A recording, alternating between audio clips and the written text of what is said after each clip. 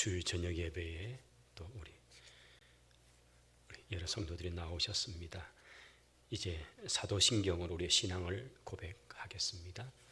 전능하사 천지를 만드신 하나님 아버지를 내가 믿사오며 그 외아들 우리 주 예수 그리스도를 믿사오니 이는 성령으로 잉태하사 동정녀 마리아에게 나시고 본디오 빌라도에게 고난을 받으사 십자가에 못 박혀 죽으시고 장사한 지 사흘 만에 죽은 자 가운데서 다시 살아나시며 하늘에 오르사 전능하신 하나님 우편에 앉아 계시다가 저리로서 산자와 죽은 자를 심판하러 오시리라. 성령을 믿사오며 거룩한 공예와 성도가 서로 교통하는 것과 죄를 사하여 주시는 것과 몸이 다시 사는 것과 영원히 사는 것을 믿사옵나이다. 아멘. 우리 263장 찬송입니다.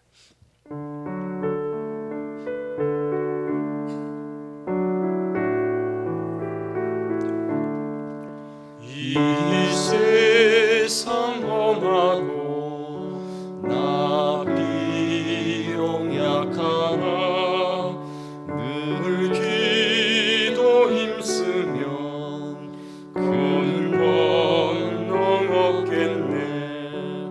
주의 은혜로 대속받아서 피와 같이 붉은 죄는 같이 이겠네. 주님의 권능은 한없이 크오니 돌 같은 내 마음 꼭 녹여주소서. 주의 은혜로 대속받아서 피와 같이 붉은 죄는 같이 이겠네. 내 마음이 약하여 늘 넘어지오니 주 예수 힘주사 굳세게 하소서. 주의 은혜로 대속받아서 피와 같이 붉은 죄는 같이 이겠네. 죄사함 받은 후 새 사람 되어서 주 앞에 서는 날 늘 찬송하겠네. 주의 은혜로 대속받아서 피와 같이 붉은 죄는 같이 이겠네. 아멘. 서순검 권사님 기도하시겠습니다. 다 같이 기도드리겠습니다. 은혜와 사랑이 풍성한 하나님 감사합니다. 오늘도 복된 주일 새벽부터 저녁까지 함께 예배드리게 해주신 주님 감사합니다. 코로나19로 힘든 이 시기에 더욱더 믿음과 기도로 무장하는 우리의 삶이 되기를 바랍니다.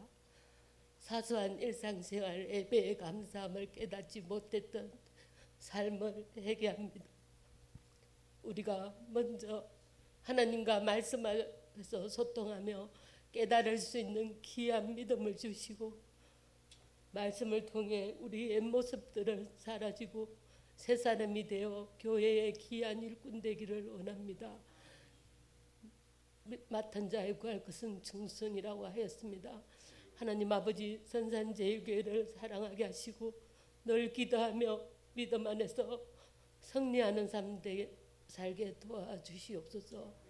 힘들고 어려운 이 시기에 더욱더 주님과 동행하며 말씀 안에서 승리하며 정인의 삶 살게 도와주옵소서.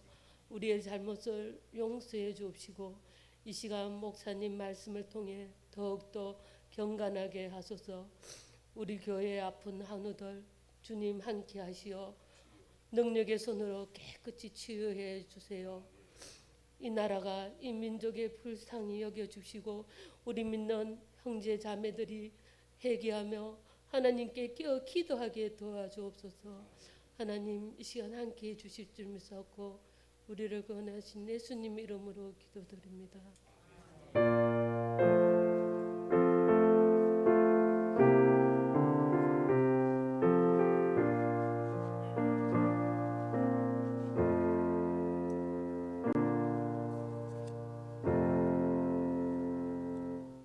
우리 하나님의 말씀은 구약 이사야서 제1장 1절로 9절 말씀입니다.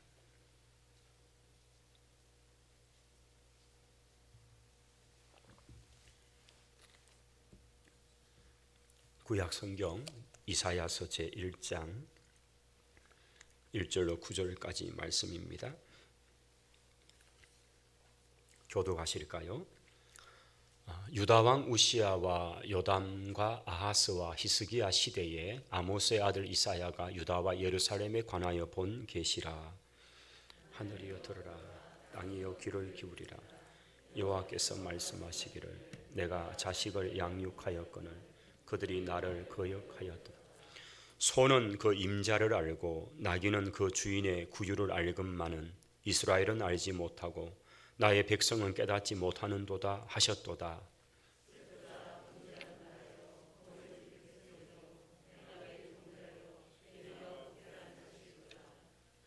여호와를 버리며 이스라엘 거룩하신 이를 만홀히 여겨 멀리하고 물러갔다. 너희가 어찌하여 매를 더 맞으려고 패역을 거듭하느냐. 온 머리는 병들었고 온 마음은 피곤하였으며 발바닥에서부터 머리까지 성한 곳이 없이 상한 것과 터진 것과 새로 맞은 흔적뿐이거늘 그것을 짜며 싸매며 기름으로 부드럽게 함을 받지 못. 너희의 땅은 황폐하였고 너희의 성읍들은 불에 탔고 너희의 토지는 너희 목전에서 이방인에게 삼켜졌으며 이방인에게 파괴됨같이 황폐하였고 딸 시온은 포도원의 망대같이 참외밭의 원두막같이 애워싸인 성읍같이 겨우 남았다. 같이요. 만군의 여호와께서 우리를 위하여 생존자를 조금 남겨두지 아니하셨다면 우리가 소돔 같고 고모라 같으서리로다. 아멘, 아멘, 아멘. 예, 우리 교회 소식입니다. 또 귀한 저녁에 또 함께 하셨습니다. 여러 상황이 힘든 중에 있지만은 또 저희들이 예배에도 나와 하나님 앞에 또 기도하고 말씀을 받으며 또 그 말씀을 삶으로 이 시대에 또 하나님의 자녀로서의 모습을 드러내야 할 것입니다. 다음 주일부터 이제 또 다시 재개되는 우리 주일학교 부서들을 위해서 많이 기도해 주시기를 바랍니다. 차량 운행에 관해서도 여러분께서 잘 참고하시고 또 다음 주일은 또 우리 주일학교를 위해서도 또 차량이 운행이 되는데 또 우리 선미씨는 우리 차량 부원들께서도 또 많이 수고해 주시기를 바랍니다. 그 외의 소식들은 주보를 참고하셔서 또 다음 주에 여러 예배위원으로 섬기시는 분들 잘 기도로 준비하시고 참여해 주시기를 바랍니다.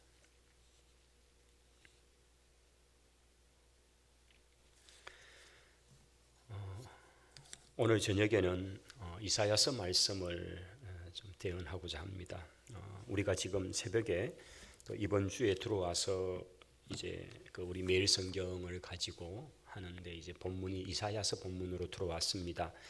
우리 7월 달 우리가 시작한 게 10일 날부터 어제 아래 금요일부터 시작해서 8월 31일까지 이사야서 39장까지 부분을 저희들이 이제 매일 말씀을 또 묵상하게 될 겁니다. 보시게 되는데 새벽마다 강단에서 또 저나 우리 오 목사님 말씀을 이렇게 증거하고 있습니다. 또 가정에서 여러분께서 이 큐티 교재를 가지고 말씀을 묵상하실 텐데, 그래서 제가 좀 이제 이사야 말씀을 오늘 이 저녁에 좀 증거를 하고자 합니다. 이사야 선지자 그리고 이사야서 내용들을 좀 저희들이 아마 이렇게 함께 좀 나누시고 나면 또 말씀을 보시는데 아마 도움이 될 것입니다. 예, 우리 이거 좀 한번 바꿔주시래요 화면을. 예.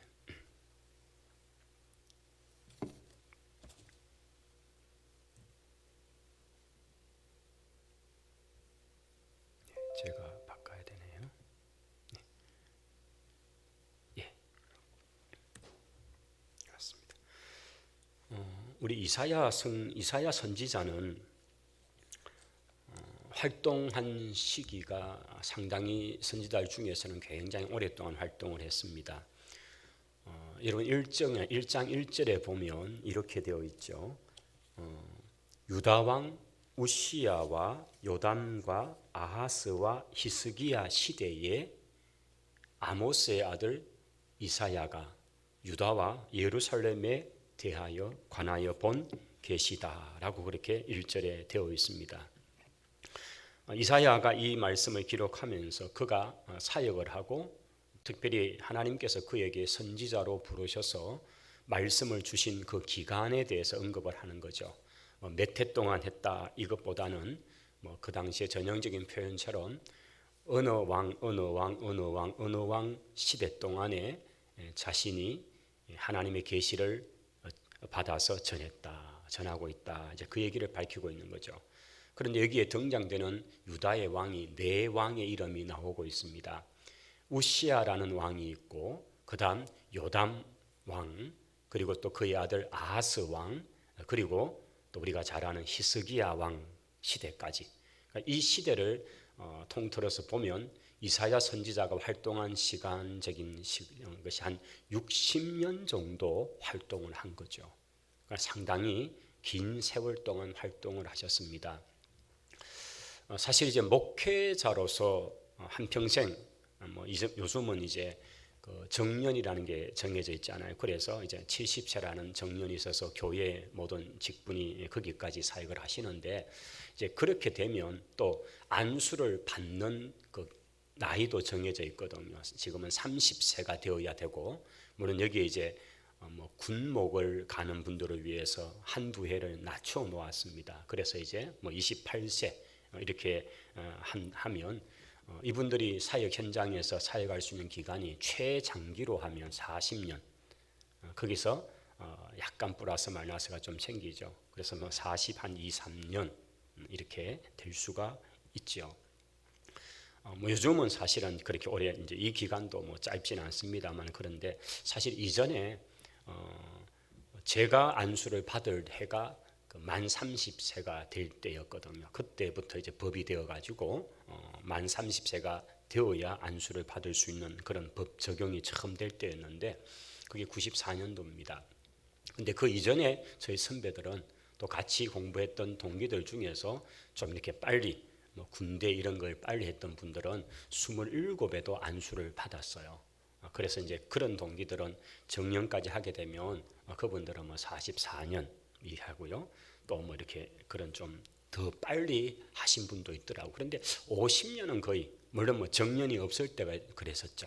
50년씩 성역했다, 55년 했다 이런 분들이 계십니다만은, 어쨌든 목사님으로서 안수를 받으셔서 사역한 시간들은 그렇습니다. 그런데 이제 이사야 선지자는 그런 면에서 보면 60년 동안에 걸쳐서 4대 왕을 다 지나면서 활동을 한 선지자다. 그러니까 굉장히 오랫동안 활동을 했다는 것을 우선 알 수가 있습니다. 그리고 이사야 선지자가 활동하던 그 시대의 상황들을 보면 이제 이 이사야서를 우리가 이해하려면 우리가 성경을 좀 한 군데 가야 되는데, 이게 이제 열왕기 하 18장, 16장부터 좀 하면 됩니다만 18장 정도 보시고 그 다음에 역대하에도 우리가 봐야 되죠. 왜냐하면 이제 거기에 왕들의 이야기가 쭉 나오기 때문입니다. 그래서 우리가 이제 여기 1절에 언급되었던 유다 왕 중에 우시야 왕에 관해서 이제 성경을 찾아보기 위해서는 열왕기로 우리가 좀 가서 볼 필요가 있죠. 우선 우리 잠깐 동안 좀 같이 갔다 오면 좋겠는데요. 열왕기하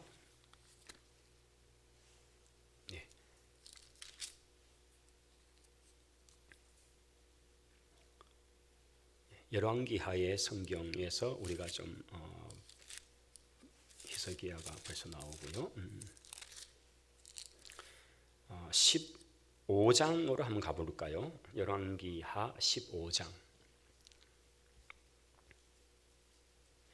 열왕기 성경은 이제 저희들이 읽다 보면 북이스라엘 왕과 남쪽 유다 왕이 자꾸 이게 교차로 막 이렇게 나오기 때문에 이거 좀 조금 더 우리가 신경 안 쓰면 이게 남쪽 왕인지 북쪽 왕인지가 막 헷갈립니다.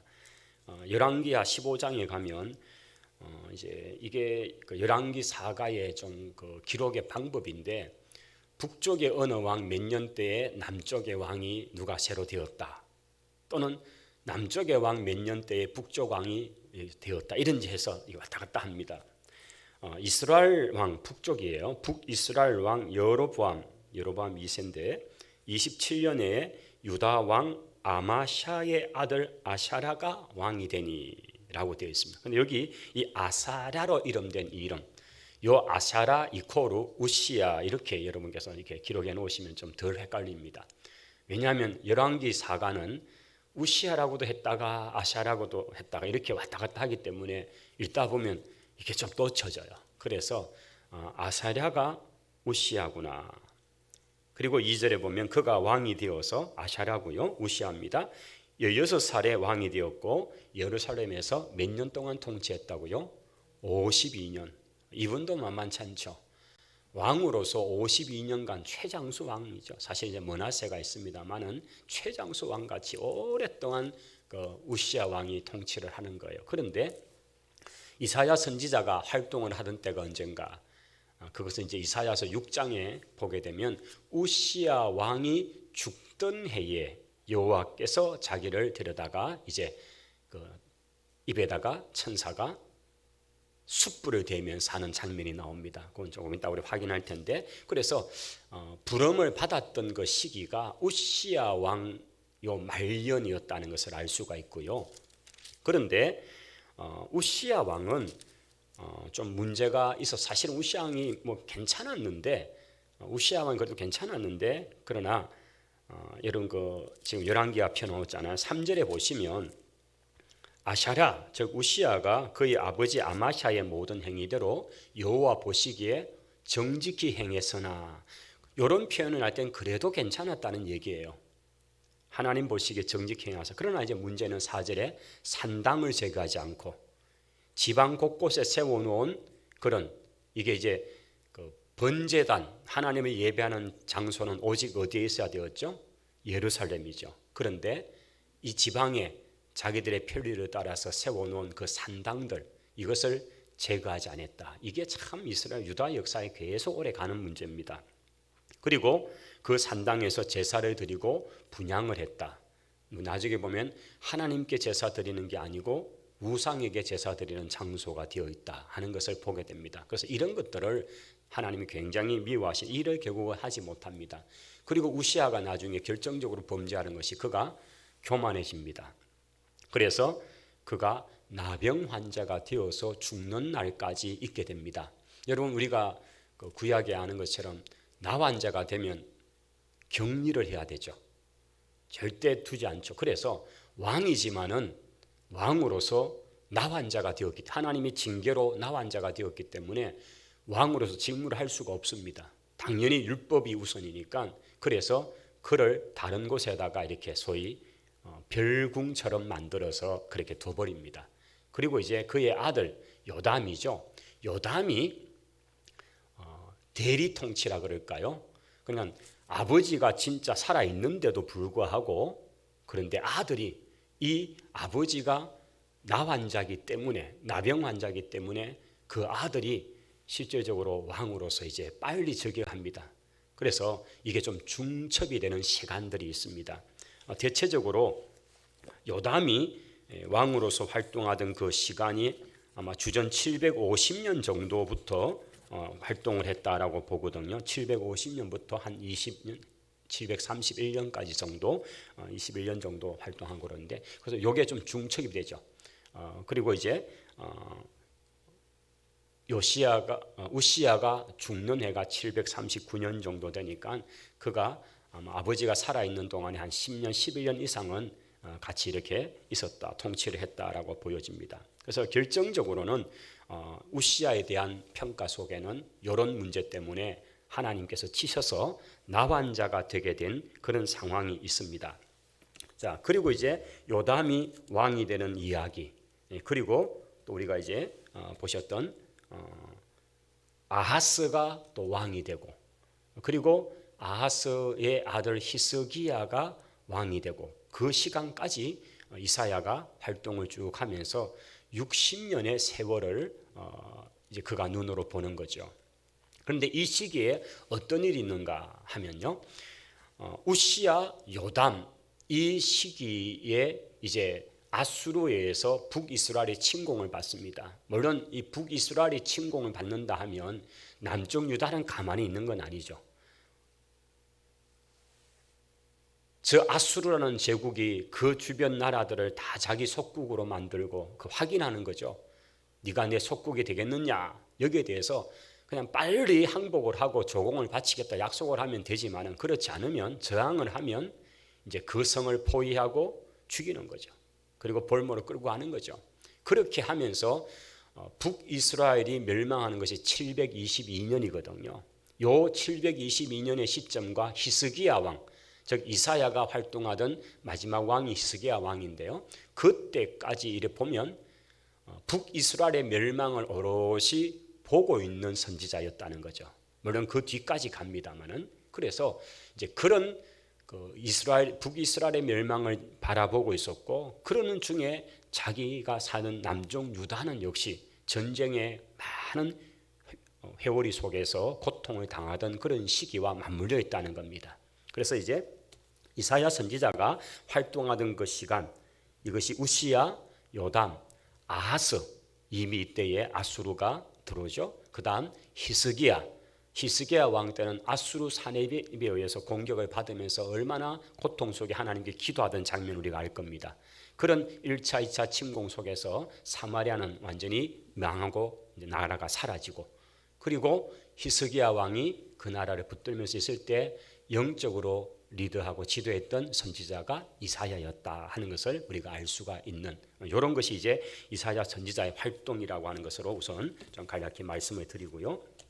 그 다음 이사야서를 우리가 이렇게 보게 되면 여러분 가지고 있는 그 매일 성경의 그 좀 앞에 보면 이제 새로운 성경이 들어갈 때에 이렇게 좀 도와주는 그런 글들이 있어요. 그것들을 보시면 이사야서를 좀 크게 몇 가지로 좀 나누어 볼 수 있습니다. 저도 이 부분을 좀 가져왔는데요. 이것과 똑같지는 않지만은 좀 이렇게 보십시오. 크게 세 파트로 좀 나누어 볼 수가 있습니다. 첫째 파트는 1장에서 35장까지를 첫째 파트로 좀 보고요. 이사야서 전체가 66장이에요. 그래서 이제 우리가 신구약 성경 전체가 66권이잖아요. 근데 그게 참 비슷하게 가는 것 같아요. 우리 구약이 몇 권이 있죠? 39권, 그 신약이 27권이잖아요. 그런데 이사야서를 크게 분류를 할 때에 지금 우리가 이제 8월 31일까지 큐티를 하면 되면 이사야서 39장이 이제 이번 올해에 아마 여기까지 하고 아마 이사야서는 또 이제 아마 내년 후년은 뭐 이렇게 언제 집필된지 모르겠으면 나중에 또 이제 그 뒷부분 할 텐데 39장까지를 이제 다음 달까지 우리가 볼 겁니다. 근데 39장까지를 보게 된 것은 이사야서 전체를 분류로 나누면 크게 두 개를 나눈다면 1장에서 39장까지 한 파트, 그 다음에 40장에서 66장까지를 한 파트 이렇게 나눌 수 있고, 여기서 또 세 분류로 나눈다면 1장에서 35장까지 그 심판 예언, 오늘 제가 말씀을 이제 그 부분인데 하나님의 심판 예언에 관한 것이 35장까지 파트가 있고요. 그 다음에 36, 37, 38, 39장은 열왕기 하 18장 13절부터 내용과 거의 같이 갑니다. 그대로 그 문장이 같이 나와서 이제 그런 이사야에 관한 그런 이야기와 관계된 부분들이 몇 장이 나오고요. 그게 39장까지고, 그리고 이제 마지막 파트는 굉장히 색깔이 분위기가 확 바뀌어집니다. 마치 구약을 읽다가 신약으로 들어온 것처럼 40장부터는 굉장히 구원의 메시지, 구원에 관한 메시지가 가득 차기 시작합니다. 그래서 이것이 마치 구약을 쭉 보다가 마지막 말라기까지 와서 그 답답함을 가지고 보다가 신약에 딱 오면 그 흑암의 땅에 빛이 임하고 그리스도의 복음으로서 구원을 선포하는 바로 그것처럼 이사야서도 40장부터 66장까지는 그런 구원에 관한 선포의 말씀들로 가득 차 있던 것을 보게 되는 것입니다. 그래서 이사야서 전체는 그렇게 분류가 되어 있다 하는 것을 볼 수가 있습니다. 자, 이제 좀 우리 간략하지만은 내용들 좀 보도록 하죠. 자, 저희들이 지금 이제 매일 성경을 또 이사야서 본문을 가지고 저희들이 매일 같이 이제 묵상을 하실 텐데, 우선 첫 번째 부분을 좀 보면 1장부터 12장까지에 대한 부분은 예루살렘, 다른 말로 시온이라고 표현하고요. 그리고 그것을 전체 포함한 지역은 유다라고 하는 지역, 유다 지파가 차지한 땅 유다. 그래서 이제 우리가 성경에서 분열 이후에, 솔로몬 뒤에 분열한 이후에 나라는 이스라엘, 그러면 그것은 북열지파 공동체를 말하고 그것이 나라가 되어 있고, 유다 그러면 사실은 그 아래 시몬도 있었습니다만 그러나 시몬은 이미 병합되다시피 해서 이제 사라지고 그냥 유다로만 존속하게 되어서 남쪽 왕국을 말할 때 유다라고 한다 하는 것을 우리가 먼저 기억을 해야 됩니다. 그리고 현대 이스라엘을 얘기할 때에 이스라엘이라는 나라를 분명히 쓰죠. 그것은 야곱의 이름이니까요. 하나님이 지어주신 이름이니까요. 그러나 그 이스라엘이라고 하는 이름과 더불어서 그들의 민족을 얘기할 때는 사용하는 단어가 Jew라는 단어를 씁니다. JEW라는 그 영어 단어를 쓰죠. Jew라는 말은 유대인이란 뜻이거든요. 주이시, 유대 사람들. 이 유대인이라는 이 말은 바로 유다 지파의 후손이다라는 말이거든요. 그래서 지금 이스라엘을 얘기할 때에 사실은 12지파가 다 있느냐, 여기도 상당히 조금 논란이 있습니다. 왜냐하면 우리가 역사를 알잖아요. 패망한 그들 속에서 과연 돌아온 사람이 남아있을까, 이런 얘기도 있습니다만은, 그래서 지금 어쨌든 이스라엘이라는 말을 할 때 그들을 주 또는 주이시라는 말은 유대 사람이라는 말이고, 그게 바로 남쪽 왕국으로 계속해서 이어져서 오고 있다라는 그런 의미가 되고요. 물론 제가 있을 때에도 거기에서 벌써 자기들은 12지파에 관한 모든 혈통을 다 했다라고 그렇게 얘기하더라고요. 그러니까 이미 어떤 형태로든지 각 지파의 어떤 것들을 다 이제 보존해서 아마 12지파가 다 있지 않을까. 물론 그 지파 이름 지금 옛날 구약처럼 그렇게 하지는 않았겠습니다만은, 그러나 이미 그거는 자기들이 다 보존해서 그런 DNA나 이런 것들 다 확보해 있다, 이런 얘기를 하는 것을 벌써 25년 전인데도 그 얘기를 하더라고요. 그러나 우리가 지금 일반적으로 쓸 때에 국가명은 이스라엘, 그러나 민족 혈통적으로 얘기할 때는 주라는 단어, 유대인이라는 단어를 쓰고, 유대인이라는 말은 우리가 아는 것처럼 바로 남쪽 유다를 중심한 역사다. 그 이유는 북이스라엘은 아수르의 멸망을 당하면서 완전히 혼혈되어 버렸고 섞여 버렸고, 그런데 포로를 끌려갔던 사람 중에 돌아온 사람들 중에 바벨론에 갔던 사람들도 있고, 그래서 이제 돌아오면서 그들이 아마 같이 와서 꼭 유대인만 온 것은 아닐 거다, 유다 지파만 온 것은 아닐 거다라는 것이 아마 지금은 조금 더 일반적인 정서 같습니다. 자, 어쨌든 지금 이 본문의 시점은 바로 이 남쪽 유다에 대한 심판에 관한 그런 이야기를 중심으로 1장부터 12장까지가 전개가 되고 있는 것입니다. 오늘 저희들이 보셨던 이제 1장, 우리가 지금 2장까지 사실 새벽에 쭉 진도가 나갔잖아요. 그리고 3장 내일이 될 거고 쭉 하는데, 여기 보면 하나님께서 마치 소송하시는 것 같아요. 그 죄악 하나하나를 지금 막 그냥 찾아내고 책망하고 하는 얘기죠. 유다와 예루살렘은 하나님의 뜻과 정의와 공의, 이게 하나님의 뜻의 가장 대표적인 거죠. 그것을 버리고 창기처럼, 덜 포도를 내는 포도원처럼 그렇게 살아가는 하나님을 버린 그 백성들의 모습에 대한 것들을 다 책망하죠. 그래서 그 심판의 근거에 관해서 5장부터 10장까지 쭉 말씀합니다. 그것은 이스라엘의 불순종과 불신앙의 근간 하나님의 심판이고, 또 만군의 여호와를 경외하라고 촉구를 하고 있지만은 그래서 그렇게 서지 않으면 될 수 없다는 그런 말씀을 하고 있는 내용들이 쭉 나오죠. 그 다음에 이제 6장에 가면 이사야의 소명 장면이 나옵니다. 여러분 우리 6장에 한번 잠깐 가보겠습니다. 이사야서 6장인데요. 이게 이제 이사야가 부름받던 그 시점에 대한 부분일 거다라고 보여지는데, 물론 우시야 왕이 죽기 몇 해 전에 벌써 그가 사역을 했을 거라고 봅니다만은, 특별히 이제 이사야서 안에서 대표적인 우리 구절 중에 6장에 있잖아요.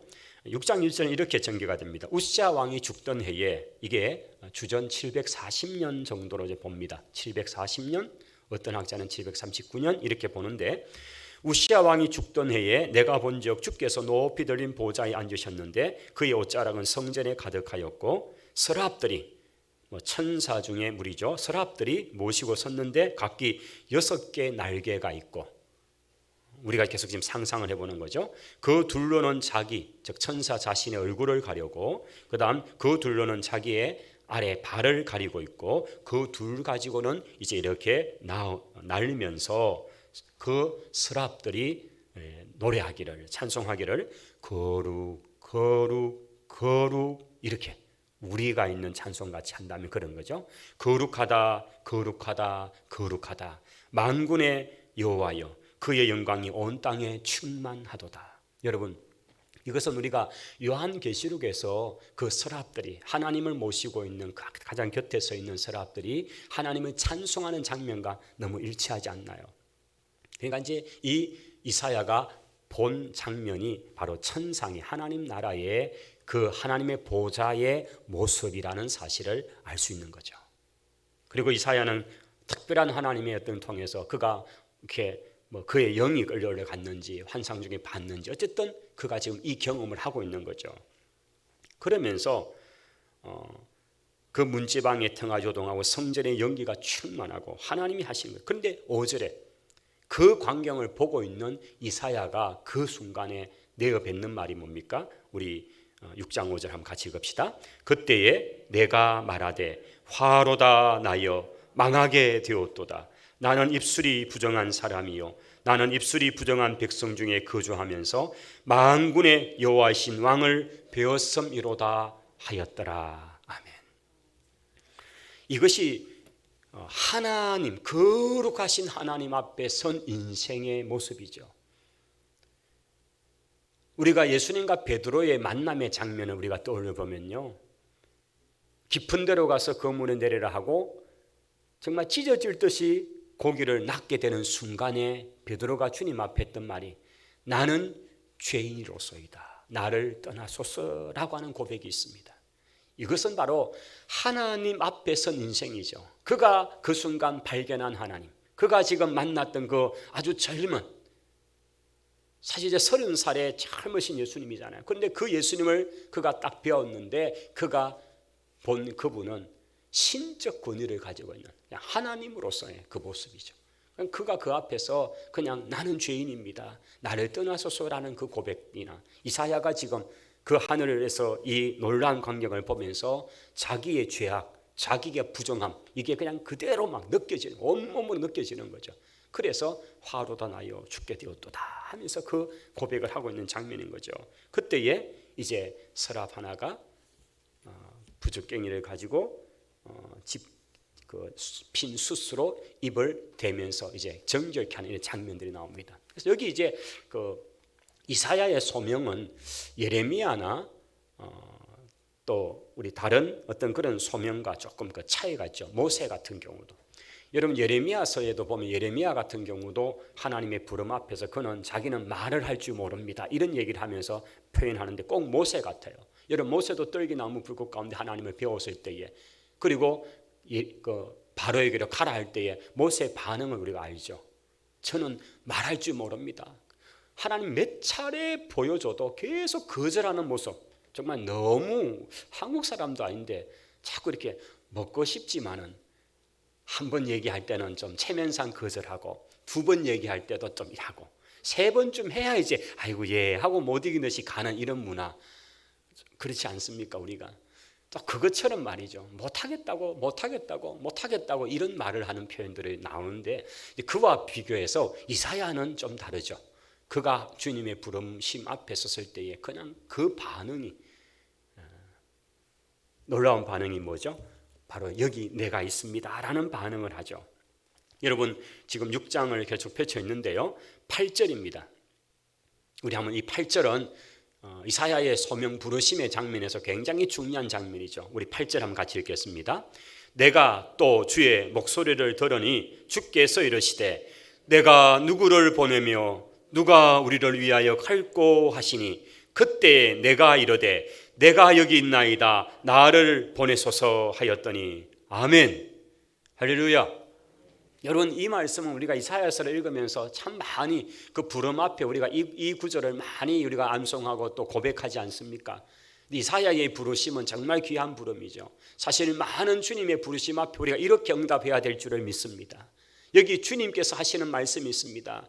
하나님의 그 큰 일, 지금 하나님께서 펼쳐가고 있는 세상 유다와 예루살렘에 대한 어떤 그런 심판도 있고요, 또 그들을 회복하는 것도 있고요, 또 이제 그 뒤에 쭉 나오게 되는 열국에 관한 얘기들이 쭉 나올 겁니다. 근데 이런 많은 일들을 해야 되는데 누가 이 일을 위해서 가야 될 거라고 하면서 내가 보낼 사람이 없다, 하나님께서 할 일은 많은데 이 일에 헌신하는 사람이 없다, 사람을 찾는데 추수할 밭은 이렇게 널브러져 있는데 이제 낯을 대야 되는데 일꾼이 없다, 이렇게 말씀할 때에 이사야가 손을 번뜩 대면서 제가 여기 있습니다, 나를 보내시옵소서, 나를 사용해 주시옵소서. 할렐루야. 오늘 우리가 주의 부르심 앞에 이렇게 응답해야 될 줄을 믿습니다. 여러분 체면 차리지 말고요, 아이고 제가 어떻게 합니까, 제 같은 사람이 뭔 이렇게 하고 그렇게 아이고 그러냐 하면서 밥을 안 드리면요 몇 년이고 삐집니다. 그러면 안 되잖아요. 그래서 이 부름 앞에 우리가 빼지 말고 내가 여기 있습니다, 그 부르심 앞에 적극적으로 나아갈 수 있기를 바랍니다. 저는 이사야의 소명이라는 이 부분이 정말 다른 선지자들과 좀 다르다라는 것을 볼 수가 있습니다. 자, 이렇게 해서 그 심판에 관한 말씀에 대한 것이 12장까지 쭉 전개가 됩니다. 예루살렘과 유다의 멸망은 완전한 끝을 아니다. 여기에 남은 자들을 통해서 새로운 어떤 것을 할 것이다. 그루터기, 남은 자, 이런 것이 이제 많이 나타나죠. 그날에 메시아는 공의와 정의를 다시 세우시고 회복시키실 것이다. 모든 민족이 시온으로, 예루살렘으로 나아가게 될 것이고 구원을 받고 찬송을 드리게 될 것이다. 이런 것들을 이제 보여주는 장면대로 쭉 전개되는 것이 12장입니다. 이것이 이제 한 파트가 되고요. 그 다음 13장부터 23장까지를 이제 그 안에서 또 하나 나누는데, 여러분 이제 13장으로 한번 펼쳐보십시오. 자, 12장까지가 유다와 예루살렘에 관한 말씀이었다면 이제 13장부터는 이렇게 13장 1절이 시작이 되는 것을 보게 됩니다. 아모스의 아들 이사야가 자기를 밝히고 있는 거예요. 근데 바벨론에 대하여 받은 경고라면서 시작되는 이 13장부터 23장까지는 이제 이스라엘, 그러니까 유다를 중심해서 주변의 나라들에 대한, 그러니까 열국이라고 표현하면 되겠죠. 주변의 나라들에 대한 하나님의 심판 경고의 말씀들로 쭉 전개가 되는 것입니다. 자, 여기 이제 나라들을 한번 보시면 여기 앞에 도표가 있는데요. 한번 보십시오. 자, 13장, 14장은 어느 나라죠? 예, 바벨론. 예, 그 다음 14장은요, 그 안에 몇 부분입니다. 블레셋입니다. 그 다음에 15장, 16장은요, 모압. 자, 그 다음 19장, 20장은요, 애굽. 그 다음에 22장은요, 다시 유다로 돌아왔다가, 그 다음에 23장은요, 두로입니다. 자, 여러분 이 지도를 한번 보시면 이제 지금 이사야 성경 속에 이 13장부터 23장까지 걸쳐서 지금 그 유다를 중심한 주변의 나라들, 저기 지금 빨갛게 표시된 저 나라들이 다 하나님께서 열국의 심판에 관한 말씀에 나오는 나라들이거든요. 그래서 저걸 한번 여러분 보시면서 13장부터를 쭉 읽어가시면 이제 이게 어느 나라구나라는 걸 아시면 이것도 우리 성경 읽으실 때 굉장히 도움이 되는 거죠. 여러분 한번 보십시다. 우리 그냥 오른쪽부터 볼까요? 보면 애굽, 잘 아는 이집트가 있죠. 그 애굽에서 좀 아래쪽으로 구스라고 하는 그것 나라가 보이고요. 그 다음 좀 더 오면요, 아라비아가 있고요. 그 다음 이제 에돔, 이스라엘에서 약간 오른쪽에 치친 에돔입니다. 그 다음 이스라엘과 사해를 두고 마주보고 있는 나라가 모압이죠. 그 다음 그쪽 또 위에 가시면 암몬, 그 다음에 이제 유다는 이스라엘과 적이 있고요. 물론 그 유다가 더 아래까지 포함합니다만은, 그리고 이스라엘에서 북쪽으로 올라가시면 지중해 바다 쪽에 두로가 있습니다. 두로와 시돈은 늘 같이 보시면 되죠. 두로와 시돈, 이스라엘에게 바알과 아세라의 그 어떤 그 나쁜 문화가 들어왔던 것이 저 두로와 시돈이죠. 이세벨이라고 하는 바로 그 두로의 시돈의 딸이 시집을 와서 아합과 결혼하면서 그렇게 이스라엘 전체가 우상 나라가 되고 결국 하나님이 멸망을 시켜버린 나라가 되는데, 그 다음 이제 두로에서 건너편으로 가면 이제 다메섹이 보이시죠? 다메섹, 저게 이제 지금은 다마스커스라고 이렇게 영어로는 그렇게 발음을 하죠. 다마스커스. 지금 시리아라는 나라의 수도입니다. 지금도 계속 이스라엘과 분쟁 중에 있는 나라가 하나가 이 다메섹인데, 그런데 우리가 성경을 보면 다메섹은 굉장히 이스라엘과 많은 좋게 좋지 않게 관계가 많고요. 신약에 오면 바울이 저기까지 예수 믿는 사람 잡으러 가다가 저 바로 그 다메섹 성에 가기 직전에 거기서 주님을 만나고 그냥 두들겨 맞아서 그가 이제 눈이 멀었다가 나중에 직가라는 다메섹의 도시 그 거리에서 거기 머물면서 이제 눈이 치유되고 이런 광경들이 나타난 게 저 다마스커스입니다. 근데 거리를 보시면 그렇게 멀지는 않습니다만, 그런데 좀 그래도 뭐 몇백 킬로 되죠. 그 다음에 다마섹에서부터 더 오른쪽으로 가면 이제 아수르가 되겠죠. 아수르가 되고, 그 다음 바벨론. 여러분 바벨론은 뭐 우리가 성경에서 봤던 그 메소포타미아, 유프라테스 강과 티그리스 강의 아래쪽으로 쭉 내려가는 땅이 될 겁니다. 자, 이렇게 지금 이 우리가 이제 그 구약 성경을 보거나 뭐 집 부부나 그 아브라함이 이야기부터 시작해서 나오는 그 지도에 나오는 저 지도 그대로입니다. 그때 지도나 지금 이 이사야 때의 이야기나 이게 다 지금 세계가 이 안에서 지금 되어 있는 거죠. 그래서 이런 열거된 나라 하나하나에 대한 하나님의 멸망의 심판 얘기들이 다 포함되고 있다는 것을 여러분 보시면, 우리가 이사야서를 볼 때에 이사야는 그냥 유다 자기가 있는 나라에 대한 얘기 정도가 아니고, 그 이사야가 예언하는 그 범위는 이렇게 그 당시 그냥 중동 근동 지방 그 전체를 다 포함하고 있는 예언이구나라는 것을 우리가 알 수가 있을 것입니다. 자, 이제 24장 27부터는 보면 좀 그 땅에 대한 이제 우주적인 심판, 이 범위가 좀 더 큰 범위로 나타납니다. 마지막 때 있을 어떤 극에 대한 묵시, 24장에서 27장 부분이 나옵니다. 우주적이고 종말적인 그런 것에 대한 심판 이야기 쭉 이제 전개가 되고요. 그런데 여호와의 구원의 장소로서 시온, 즉 예루살렘에 대한 말씀이 나타납니다. 심판 시 구원의 장소로서 시온산, 즉 예루살렘 성산을 말하고 있고요. 그날의 심판을 경험한 자들은 구원의 노래를 부르며 하나님을 예배하게 될 것이다. 이런 말씀들로 24장으로 27장이 나오고요. 그 다음 28장부터 35장까지, 지금 우리가 이사야서 전체를 세 파트로 나눈다면 첫째 파트가 35장까지거든요. 그러면 이제 이 첫째 파트의 후반에 가면 북이스라엘, 남쪽 유다, 예루살렘에 향한 심판과 구원, 이때는 아직 북이스라엘이 지금 존재해 있잖아요. 북이스라엘 722년에 멸망을 하니까 지금 이사야가 부름을 받아서 예언을 시작한 740년으로 보면 한 18년 정도 뒤에 멸망을 하잖아요. 그러니까 이런 시간 동안 남아있는데, 이 활동을 하는 시간 동안에 물론 전쟁은 계속 있습니다. 한 번 침공으로 끝나지 않았으니까요. 이런 시간 동안에 북이스라엘에 관한 멸망의 예언들도 하고요. 그러면서 남쪽 유다에 대한 메시지, 사실 그게 주인데 그런 하나님의 심판 얘기를 하는 거죠. 그래서 예루살렘과 유다의 죄를 다시 지적하는 장면, 그리고 심판과 구원에 관한 말씀이 계속 반복해서 되어지는 이야기. 그러며 심판의 이유 속에서 보십시오. 첫째는 지도청에 대해서, 그들의 죄악에 대한 하나님의 심판이 언제나 등장합니다. 여러분 지도청을 보십시오. 영적인 신앙적인 부분은 책임지는 제사장에 대한 이야기, 두 번째는 선지자, 예언자들에 대한 이야기, 그 다음에 지혜자라고 말하는 그들이 책임을 다하지 않았다. 여러분, 이것은 이제 우리가 이사야 이후에도 활동했던 선지자들, 남쪽 유다가 멸망할 때까지 했던, 그때는 예레미야 선지자잖아요. 그 예레미야 선지자의 외침을 우리가 한번 생각해 보면요, 이 죄를 똑같이 하고 있습니다. 제사장들은 전부 결탁해 있고 선지자들은 대부분이 다 그 왕에게 좋은 소리하면서 절대 하나님이 심판하지 않는다. 예레미야는 계속해서 바벨론에 멸망받는다, 바벨론으로 가라 할 때 그들은 아니다 그러면서 우리가 애굽을 붙들고 있으면 우리는 이길 수 있다 이러면서 계속 그렇게 정치적으로 발언하는 선지자들이 정말 많았죠. 그런 상황과 보면 너무나 똑같이 가고 있다는 거죠.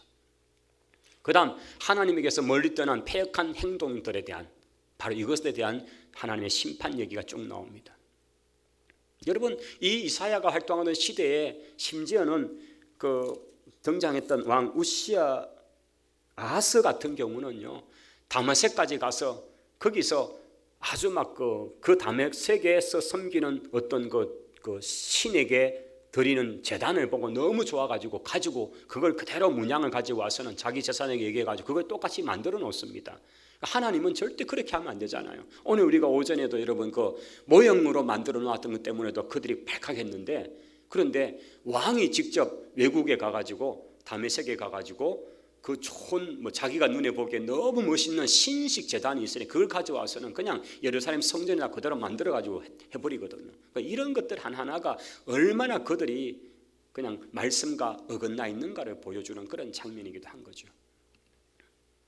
그러나 언제나 심판 이후에 구원에 관한 메시지는 있다는 거죠. 자, 이 부분 이제 36장부터 37, 38, 39장 부분은 이제 이사야의 이야기인데, 이것은 이제 성경에 여기 앞에 있습니다만은 사내립 침공의 시기와 맞물리는데요. 열왕기하 18장 13절부터 그 소리와 똑같이 가고 있다는 것. 36장에 여러분께서 한번 펼쳐보시면 36장입니다. 우리가 벌써 훌쩍 좀 넘어갑니다. 이사야 36장으로 가보시면, 자, 여러분 좀 빨리 찾으시는 분은 36장을 찾아놓고 손에 끼워 놓으시고 열왕기하 18장으로 또 빨리 가보시기를 바랍니다. 그래서 두 개를 좀 비교를 하겠습니다. 열왕기하 18장 13절. 그래서 이사야 36장에 보면 시작이 이렇게 되죠. 히스기야 왕 14년에 아수르 왕 사네립이 올라와서 유다의 모든 견고한 성을 쳐서 취하니라라고 되어 있습니다. 여기 이제 랍사게가 등장되고요. 이제 앞으로 가면 열왕기하 18장 13절로 가보겠습니다. 열왕기하 18장 13절 한번 같이 볼까요? 히스기야 왕 제14년에 아수르의 왕 사네립이 올라와서 유다의 모든 견고한 성읍을 쳐서 점령하매라고 되어 있습니다. 그래서 이 부분이 이제 같죠. 근데 우리 열왕기하 18장 사실 13절 그 앞에 보시면 10절 11절에 보면 결국은 북이스라엘 왕국의 수도 사마리아가 아수르의 공격을 통해서 완전히 함락되어 버렸다는 얘기를 하고 있습니다. 그게 720년이고, 그리고 요 시기가 그와 조금 더 뒤에죠. 이런 그 상황 이야기를 하고 있는데, 하여튼 이사야의 그 36장부터 이야기는 요 시기에 히스기야 왕이 이제 어떻게 되는가 하는 부분들이 나오면서 그런 아수르의 그 강력함을 사실은 히스기야 왕이 다 봤잖아요. 북이스라엘이 망하는 걸 봤잖아요. 근데 얼마나 두렵겠습니까? 그 아수르 그러면요, 이제 우리도 멸망시키려는가, 이 불안과 두려움 속에 있는 그 히스기야 왕에게 이사야 선지자가 하나님의 메시지를 가지고 오는 거죠. 그러면서 뭡니까? 망하지 않는다, 그 얘기를 전해주기도 하는 거죠. 하나님을 신뢰해라, 하나님을 의지해라. 그리고 37장에 가보시면, 지금 이사야 37장으로 갑니다. 이제 저 사네립과 그의 신하되는 랍사게가 와서 공갈을 하죠. 협박을 하죠.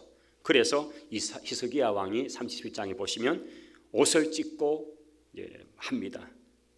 히스기야 왕이 듣고 자기 옷을 찢고 붉은 베옷을 입고 여호와의 전으로 나아갔다. 여러분, 이게 그래도 하나님 앞에 참 그 소망이 있는 거죠. 이런 전쟁의 위기, 불과 얼마 전에 북이스라엘 멸망한 그 소식을 듣고 두려워하면서 지금 이제 아수르가 쳐들어왔잖아요. 그때에 그 공갈 위협 속에서 그가 살 수 있는 길은 만약 정치적으로 택한다면요, 빨리 문을 열고 항복하고 나와서 그냥 쪼아리고 엎드리면 되는 거예요. 그런데 이 순간에 그가 하는 길은 하나님의 전에 나아가는 겁니다. 하나님께 부르짖기 시작합니다. 그러자 하나님께서 이사야를 보내어서 이제 응답하시죠. 이사야가 합니다. 히스기야의 말씀을, 오늘 환난과 책벌과 능력의 날이다, 이러면서 쭉 말씀합니다. 그러면서 하나님의 기적의 손으로 그들에 대해서 그 백성들을 이제 하나님이 사느리 왕이 결국은 이상하기만큼 돌아가 버리게 되는 상황. 그리고 가서는 니느웨에서 오히려 신하들에 의해서 그가 죽임을 당해버려요. 그렇게 강력했던 왕이, 아수르 왕이 어떻게 그렇게 갑자기 죽어버리는 거죠. 갑자기 죽어버리다. 갑자기 뭐가 또 생각이 나네요. 38장에 히스기야가 병들게 되고, 이제 여기 지금 우리 이제 39장까지 얘기 속에 또 중요한 한 스토리죠. 왕이 병들어 죽게 됩니다. 그리고 선지자가 찾아와죠. 너는 죽지 못합니다. 이제 죽을 준비를 하시라. 이게 38장 이야기입니다. 자, 그러자 38장 2절에 이것도 우리가 다시 한번 봐야 되죠. 같이 한번 볼까요? 히스기야가 얼굴을 벽으로 향하고 여호와께 기도하여 이르되, 여호와여 구하오니 내가 주 앞에서 진실과 전심으로 행하며 주의 목전에서 선하게 행한 것을 기억하옵소서 하고 히스기야가 심히 통곡하니.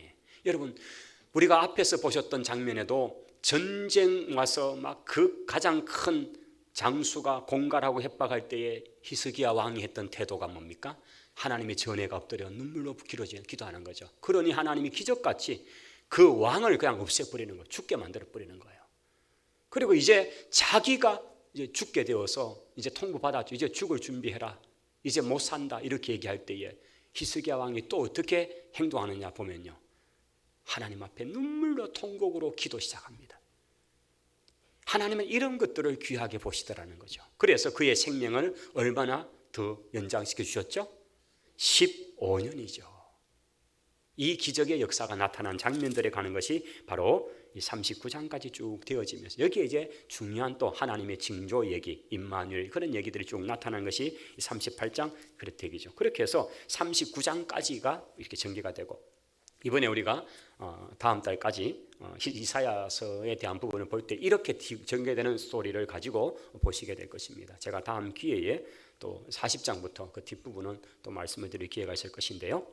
한번 오늘 여기까지 우리가 말씀을 하면서 그 하나님, 이사야를 통해 하나님의 심판 예언이 유다와 예루살렘, 물론 그뿐 아니라 주변의 열국들에 대한 것, 이 모든 것을 통해서 결국은 하나님이 세상을 통치하시는 주님이시다라는 것을 보여주는 것이고, 그 가운데 그러나 하나님의 백성들에 대해서 특별히 하나님을 의지하고 참으로 그렇게 나오는 그들을 하나님이 붙들어 주시는 그런 부분들을 우리가 발견하게 됩니다. 오늘 이 시대를 보면서 우리가 무엇이 하나님이 원하는 뜻인가 하는 것을 잘 분별하시고 하나님 앞에 기도하고 하나님 뜻을 구하면서 믿음으로 살아가는 우리 모두가 되시기를 바랍니다.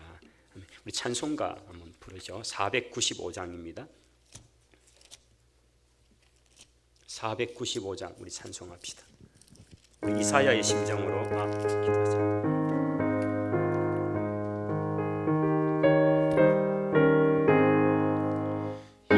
혹시 거둘 자가 없는 이때에 누가 가서 거둘까? 내가 어찌 게으르게 앉아 있을까? 어서 가자 밭으로 보내주소서.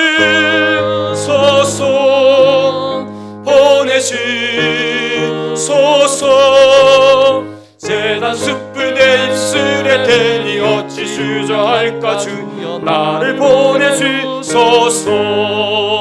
주가 뒤로 다니시며 일꾼 부르나 따르는 자 적도다. 보라 주의 사랑하는 익은 곡식을 어서 거들어가자. 보내주소서.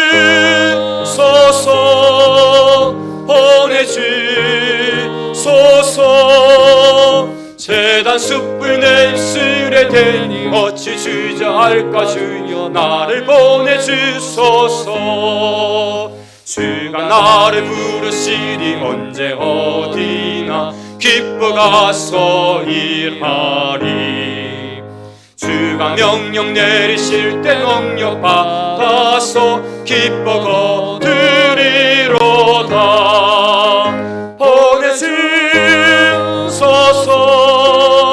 보내주소서.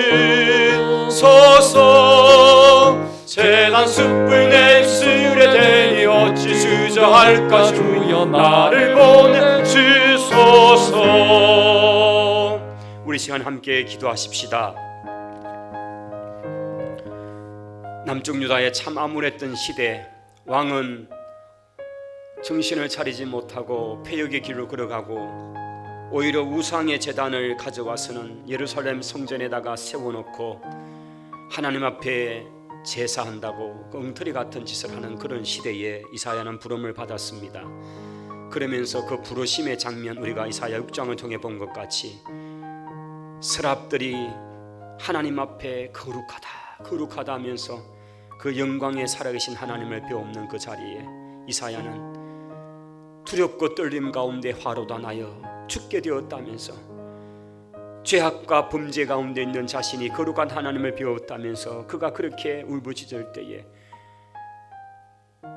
숯불로 입술을 데우시면서 정결케 하고 격케 하면서 이제 나를 위해서 이 일을 해야 될 자가 누구냐고 할 때에 내가 여기 있습니다. 나를 보내주십시오.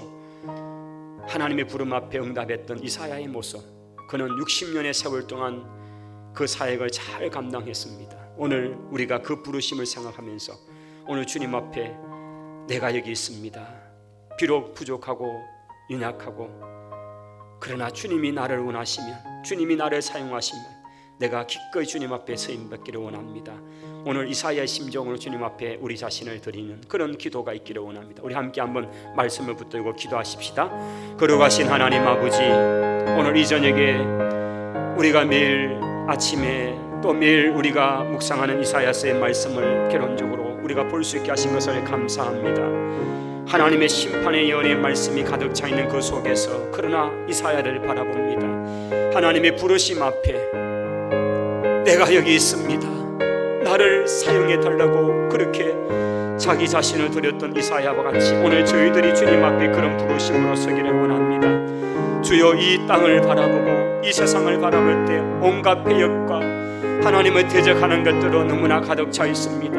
하나님 아버지 하나님의 진노의 심판이 얼마나 가까이 왔다는 사실을 느끼게 됩니다. 아버지 하나님이여, 이 가운데서 하나님의 말씀을 전하며 하나님의 심판의 말씀을 대언하고 하나님의 징계를 선언할 수 있는 이사야 같은 선지자가 요구되고, 오늘 하나님의 말씀에 굳게 서서 주의 말씀의 길을 살아내는 선지자들이 요구되는 시대에 오늘 저희들이 하나님의 말씀을 맡은 종들로서 주의 부르심 앞에 선 종들로서 하나님 아버지 참으로 이 사명 감당하기를 원합니다. 하나님 핍박이고 억압이 온다 할지라도 이 말씀을 증거하는 사역을 멈추지 말게 하시고, 하나님이여 이 부르심 앞에 온전히 헌신하는 저희들 되도록 은혜를 베풀어 주시고 주의 복음을 힘있게 증거하며 하나님의 심판의 말씀을 증언할 수 있는 그런 하나님의 종들로 쓰도록 역사해 주옵소서. 내가 여기 있나이다. 보내주시옵소서. 보내주시옵소서. 오늘 그 헌신과 결단에서는 우리 모두가 되도록 은혜를 베풀어 주옵소서. 주여, 주님이 명령 내리실 때 기쁘게 받아 이 사명 감당할 수 있는 우리 모두가 되게 우리를 사용하시옵소서. 하나님 감사합니다. 오늘 이 저녁에 주님께 나와 예배하며 말씀을 받으며 참으로 이사야의 심정으로 그 부름 앞에 응답하고 내가 여기 있습니다. 나를 보내주시옵소서. 나를 사용해 주시옵소서. 주님 앞에 기꺼이 자신을 드리는 우리 모든 주의 성도들에게 은혜와 성령으로 충만케 주옵소서.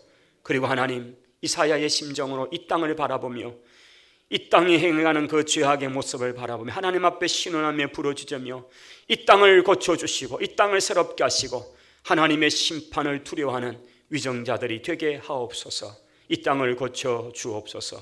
예수 그리스도 이름으로 기도하오며 이제는 교회의 머리 되신 구주 예수 그리스도의 은혜와 하나님의 사랑과 성령의 교통하심이 말씀 받고 또 이 말씀을 살아내기 위해서 가정으로 직장으로 삶의 터전으로 나아가는 모든 성도 위에 이제로 영원토록 항상 함께 있을지어다. 아멘.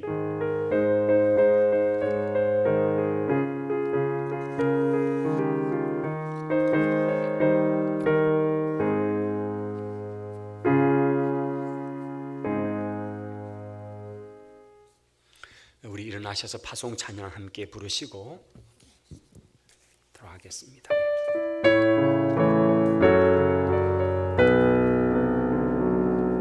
너의 가는 길에 주의 평강 있으리. 평강의 왕 함께 가시니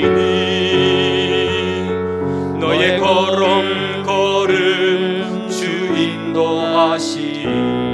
주의 강한 손 널 이끄시리. 너의 가는 길에 주의 축복 있으리.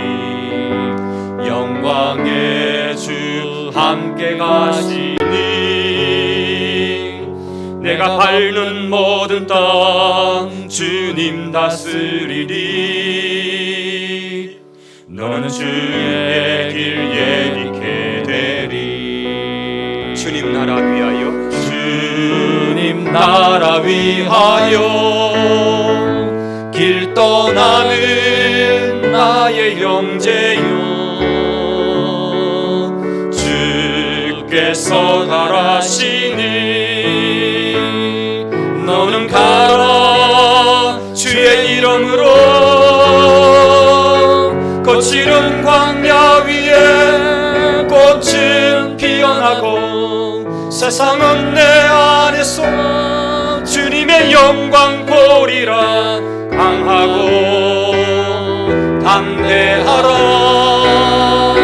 세상 이기신 주 늘 함께 너와 동행하시며 내게 새 힘을 주시리. 주님 나라 위하여 길 떠나는 나의 형제여, 주께서 가라시니 너는 가라. 주의 이름으로 거칠은